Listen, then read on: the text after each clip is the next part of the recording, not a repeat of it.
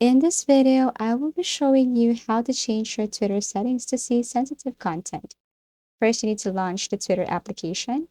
So as of the moment, I cannot see any sensitive content here. So what am I going to do?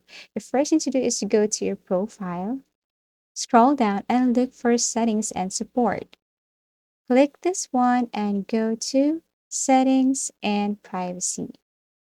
Now, once you're here, all you need to do is to look for privacy and safety. Then click this one, scroll down and look for content EC, which is this one.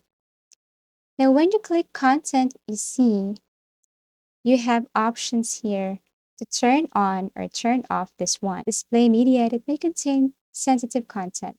So all you have to do is to swipe to the right to turn it on. And then go to search settings and make sure that this one is turned off for you to see sensitive contents. Now go back to your Twitter homepage and rest assured that they are not limiting your content. Thank you for watching and see you again in our next video tutorials.